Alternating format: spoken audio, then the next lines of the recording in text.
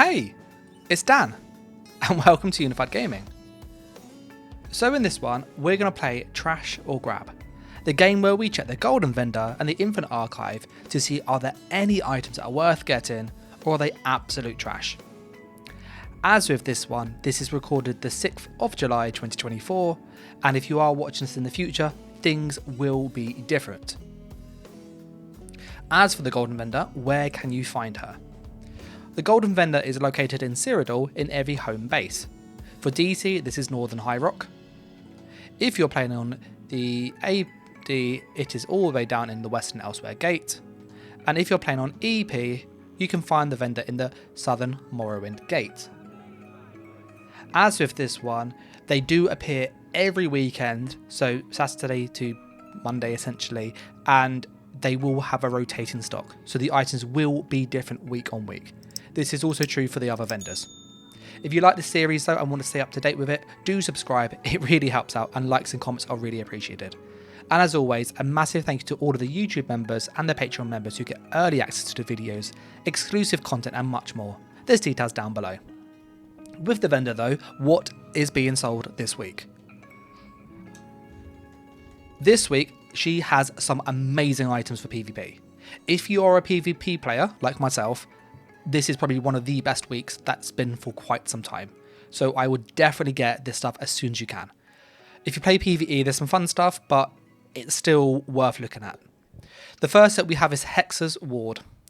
This gives you a damage shield every time you do crit damage up to every 7 seconds, and it lasts for 6 seconds. It's a really good mythic item. How this works is that if you do critical damage, you just get the shield and it's up pretty much all of the fight. So essentially it's like a 7k burst deal, and this is with PvP for like numbers. So 7,000 health every 6 seconds is pretty strong. One of the better defensive sets for like battlegrounds in my opinion, so do consider this. The second item is Scavenging Demise. This is a really good proc set. When you deal critical poison damage to an enemy, you summon them all and it attacks them after 2 seconds. It has quite a big sort of wind up. It's very telegraphed, you can avoid this easily, but it hits like a truck.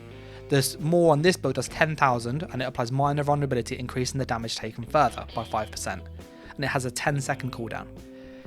This is really bursty. If you land this on somebody on a full damage build, this will go to like 16,000 tooltip and it will be hitting incredibly hard.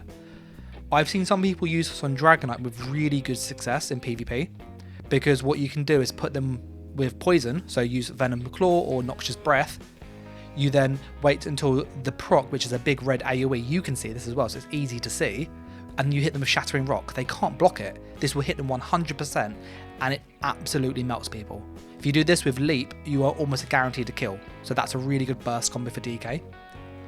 You will also see some Nightblades use this on the sniper builds, and they use this more because the way in which it works is it hits hard. I find it very hit and miss on the Nightblade just because you can't force the stun reliably and people block it or roll it. So I'll use this on DK, that's where it's really good. One thing to notice is that this is bind on pickup, so you can't trade this, and this is a DLC set. So if you don't have the DLC or ESO Plus, do get this. It's 100, like, buy it. If you do have those things, I would still buy this. So I'm going to buy 2. I personally prefer my AP, and I'm going to pick both of these up. You could buy one and then reconstruct it to save some money or transmute. I find gold not a massive issue for me personally, but each to their own. So I'm going to buy 2 of these. The second set we have is Ring of the Warlock. This is a bind on pickup again, so this is a dungeon set. When you cast an ability that costs resource whilst under 25% magicka, you restore 11,000 magicka. This is not worth it, basically. So yeah, this sustains better on like Wretched Vitality. It's really good for burst magicka, but that's it. So I would avoid this. The next one we have is Mark of the Pariah. This increases your physical and spell resist by 10,000 based on your missing health. As you can see, I've got 100% health and I still get 2,300 out of this. So what this means in combat is that this will give you ridiculously high resistance when you're low health, and this makes it really hard to be killed. This also works in no CP Cyrodiil. So if you are playing a no CP Cyrodiil, this is like the best defensive set in the game. So if you're doing no CP stuff, buy this. If you're doing Battlegrounds, any proc sets work there, but this is still good. I have loads of these, so I'm not going to buy it this week, but I would otherwise. It's one of the best defense sets in the game. It's also bind on equip, so it is tradable, which means you can buy this and sell it. So if you want to make some money, this is a really good one to consider. And build-wise, you can use this on most builds. Warden does quite well with this, ironically, so does Necro. Any melee build will do really good with this set. And just before I forget, this Hex's Ward is also bind on equip, so you can trade this with other players. You then have Balorg. Balorg is really good. It is one of the best burst monster sets in the game. It's also shoulders, and this is a DLC set. When you use an ultimate ability, you gain weapon and spell damage equal to the amount of ultimate used, and you also get penetration equal to 23 times that amount for 12 seconds. This is burst. If you are using high expensive ults, or you save up the Dawnbreaker, so you save up your ult and you use 500 ult with a Dawnbreaker, even though it's less than that, it will use all of that 500 still, which means this can give you loads of penetration, loads of damage. A full 500 ultimate is 500 weapon and spell damage and 20k pen almost. It is really, really good. So this is like the best burst set for PvP. If you're playing on Warden, this is phenomenal. If you're playing on Necro, this is phenomenal. If you're playing on Nightblade, this is good. Their ults are a bit cheaper. If you're playing on Sorcerer, this is good. Unless you're Stam Talk, it's good. Very good. So I would buy this. It also comes in all weights. So if you don't have this, buy one of everything. It is just buy one of everything. It's really, really good. You note that the gold is infused, the impen is AP. So this is why I save my AP, because I typically go for impen on shoulders and stuff because it's a light piece. And you can then save transmute crystals this way round. So if you can, use the AP. But if you don't have that, just spend the gold this week because this is worth getting. It's also worth noting that because it's shoulders, you don't have to RNG the keys, which again, it makes it even more valuable because you can buy this and go and do the dungeon on Vet and get the helmet and you've got a full set straight away. The next set is Selene. Selene is also a really good set. When you deal martial damage, you call upon a primal spirit that mauls the closest enemy for X amount. It does miss a fair amount. However, if you're on classes where you can force this to land, like Dragon Knight, this is very good. Nightblade's also quite good because it's an AoE. So when you open up from stealth, you can land this quite often, not always. And this goes to about 9,000-10,000 on a full build. So this is a really hard hitting thing. It's also a dungeon that's like base game, so you can get this quite easily. I would buy this because it's shoulders, and I'm going to. And because it's shoulders, I want to get the impen. So I'm going to go and buy one of these. I'm going to buy one of these to finish my set. So that way I've got the whole set now, which means I can transmute this for 25 to any other traits I wish, like Well Fitted or Divines for burst. And yeah, this is a really good set for like those kind of ganky builds or if you've got a guaranteed stun. There are obviously better monster sets in my opinion, like Balorg, but this is a really fun set to use and it's worth considering. PvE wise, it's not a bad set either. It hits quite hard for PvE because it has a really, really low cooldown. And the proc of it is AoE, so you hit lots of things too. So do consider this for PvE as well. But this week, the Golden Vendor has amazing items. Like, I would 100% suggest buying the things I bought. Scavenging Demise, Mark of the Prior, if you don't have it, do consider getting. It's a good one. You can make money on that as well. And Hexo's Ward is a great set too. And of course, you've got Balorg as a brilliant monster set and Selene.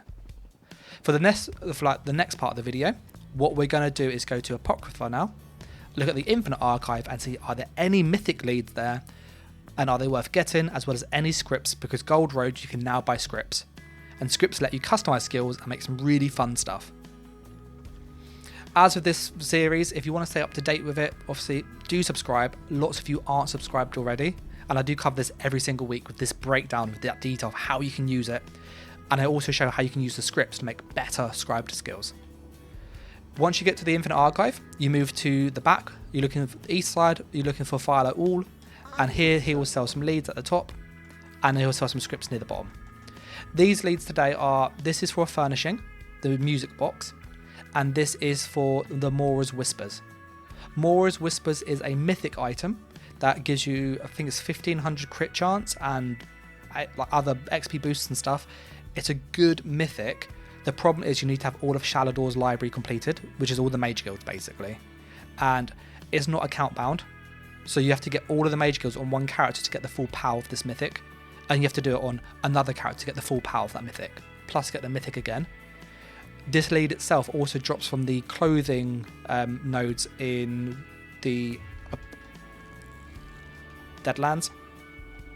So it's quite easy to get in my opinion. The mythic is good, but you do need to spend a lot of time to really get the max power out of it, so I'd probably skip this. As for the scripts, you have Cowardice. This is really good. This is a really, really good script. You might notice this is 10,000, while some of the other ones are like 3,000 and red. If you know a script already, it will reduce the cost significantly across your account. So it generally reduces it by about 5 times. And if this is 10,000, it's normally about 2,000 once you know this. I personally value my fortunes. Really, they're really valuable to me because I don't like doing an infinite archive. So I'm probably going to skip this script today. I don't think the Cowardice is worth it because you can probably get this easier and it's more of a niche one. The only thing to note that if you do use the Cowardice, when you use something like Wield Soul, which is your spammable, and you go with, say, shock damage or physical damage, for example, you can put on a dot, and you can then also put on Cowardice, and it's major Cowardice, which is what makes this so good. So if you're on a tank in PvE, you can change and use the Wield Soul to pull the people to you. You can then put on some resources back for you, so again, it's nice, and Cowardice, which means if you're fighting in a boss situation, you can't pull them, but you can apply the Cowardice, and it also acts as a taunt. So this is now a magic chains. Even though I'm on a sorcerer, it gives me some resources back, and it also hits them with Cowardice, making them do less damage. So this is a great PvE skill. So if you're on a tank, Cowardice is really worth getting. The next one is Lifesteal. Lifesteal, it adds a buff that lets you take life basically. This is used on the two-handed skill particularly. So if we use two-handed smash, we go with, say, bleed damage, and then there's a skill down here, leeching thirst, and then we can use something like berserk. We've got an AoE skill, it heals us, and we do get minor berserk for more damage. This is a really good skill for PvE because you can cleave enemies, you get good healing out of this, so it's essentially free healing. And if you're doing like Maelstrom Arena, or you're doing Black Rose Prison, or the Vatishan Hollows, this is quite a good skill because you get that passive healing, it keeps you alive. So this will really help with like those kind of fights. With that said, again, this is one that I value my fortunes too much, so I wouldn't buy this personally. You then have Restore Resources. You can get this anyway from the other quests like Druid's Resurgence and stuff. You can buy if you did the Mage Guild, you can find this in the world. And there's another one which it's not worth it anyway, so I'd move this. And then Immobilize, it's the same thing. You can get these for free anyway, so I would skip these. So like the Infinite Archive has some good scripts this week. The Cowardice is great on tanks, but my opinion is I don't think they're worth the cost. I'd rather keep those fortunes for a really good mythic lead. About a month and a half, 2 months ago, they had Gaze of Sithis, and they had the lead for that, which required you to do daily Dark Brotherhood quests. And the issue is that it's a once a day, you can't farm it. It's really hard to farm that. So having those kind of leads drop makes it really, really useful. So I always keep a minimum 10,000 as a kind of buffer in case there's 2 good leads that I need. We then get to the Scarium, and the last vendor we're going to check is Frandal. He has your typical Grimoires, but the scripts at the bottom do rotate week on week. He has Berserk, Mangle, Frost, Anchorette's Cruelty, and Class Mastery. This Mastery needs you to get the achievement. This is always here. So he's selling the Berserk, Mangle, Frost, and Cruelty. The Frost is really good.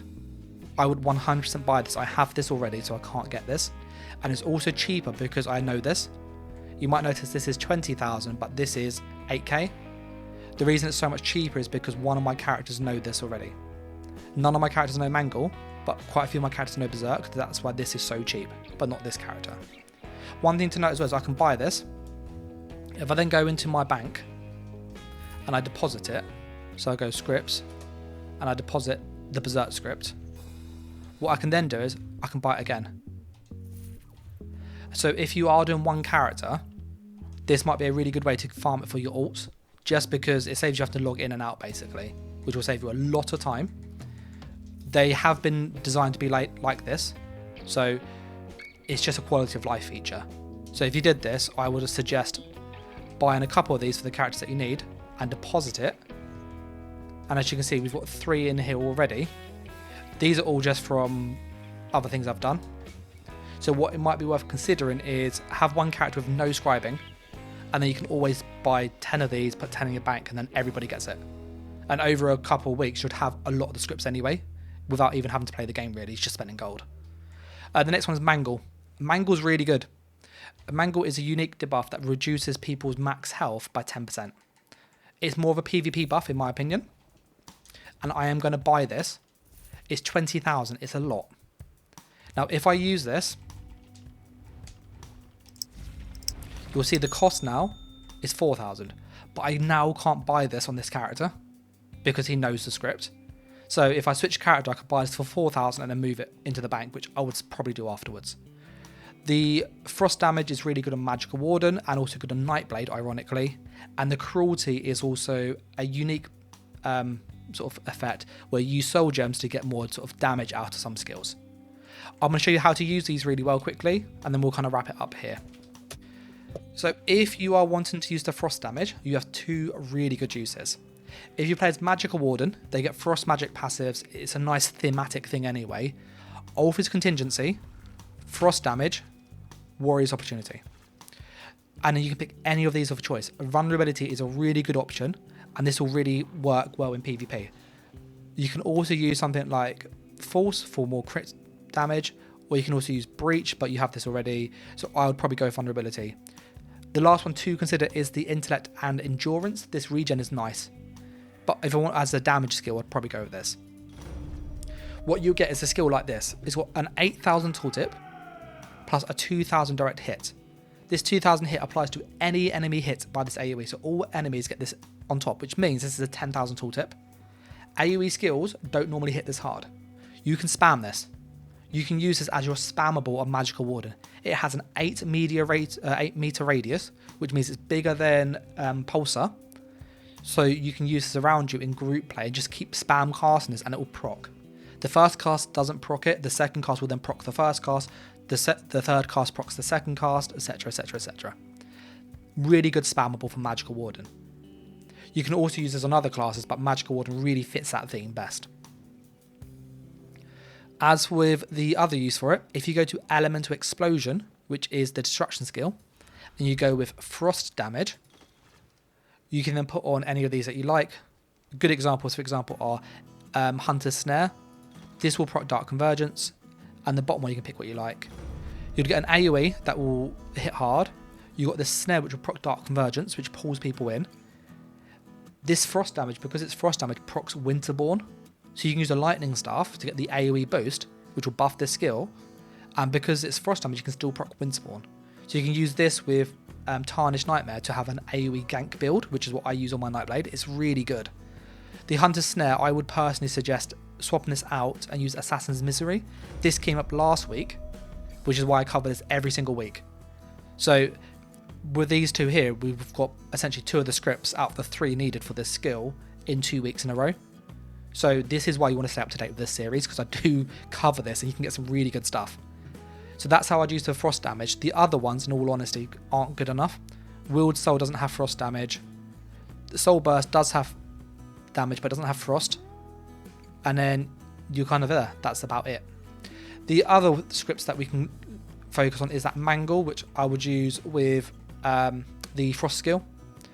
You then have Anchorette's Cruelty. This was a really good one in PTS, but it's got nerfed too much. You would use Willed Soul, you'd use Shock Damage, use Cruelty. And you can pick anything like Breach. You've got a Shock Spammable. You have a Dot that consumes a soul gem to do 1.5 times of the enemy's max health as Oblivion damage every 1 second for 5 seconds, up to a maximum of 1500 per second, and deals up to 100% more when they are under half health. The issue is this can apply to one person and it goes on a 5-second cooldown, which means if you change targets, this can't apply anymore, which is an issue. If the target has 30,000 health, which is typical for PvP, 1.5% is 450. So this does 450 damage every second. Now, if you compare this just to Lingering Torment, well, this is 720 damage every second. It does get reduced by armor, but this can crit. The other one can't crit. So this Lingering Torment has similar DPS to the Cruelty, but the Cruelty has a target cap of 1. It can only be applied every 5 seconds, so if you switch targets you have this issue. And yes, it does have this scale when they are lower health, but 450 scaling up to double is only 900 a second, and that's at 0% HP. It's not worth it. I find that the Torment is just a better version because it can hit any person. So I would suggest, in all honesty, it's a fun skill, but I wouldn't use it. It's not good enough in my opinion, and you got to pay for the soul gems. The other way you could use it, if you did really want to, is the other soul magic skill. So soul burst, similar sorts of things, so like shock damage, cruelty. This one is 2.8 times, but again, it's every 2 seconds. So this is the same DPS as the previous one, 450 a second or 900 every 2. It's just not worth it. And the other issue you also have is this has a cooldown again. It's a 10-second cooldown. So it's a problem. You can apply this to one target. So yeah, that's kind of what I would suggest with those. I personally wouldn't get the cruelty. I don't think it's worth it. And then for the sort of berserk, you're not going to use this. It's not worth it. You don't use this on enough skills anyway. So that's it. This video has been a lot longer than I thought it would be, but there's some really, really good items, and I wanted to give you as much detail as you need to be able to use them to their maximum power. If you get any questions about the items or how to use them in a build, or just builds generally, let me know in the comments down below. I do go live on YouTube on Saturdays at 9 PM, and I will catch you in the next video on the next stream. So I'm going to say a massive thank you to everybody that likes, comments, shares, and subscribes. That really helps. And a bigger thank you to all the Patreon and YouTube members who get early access, exclusive content, and much more. I'll catch you in the next video on the next stream though. So thanks for watching, guys. Take care, and bye.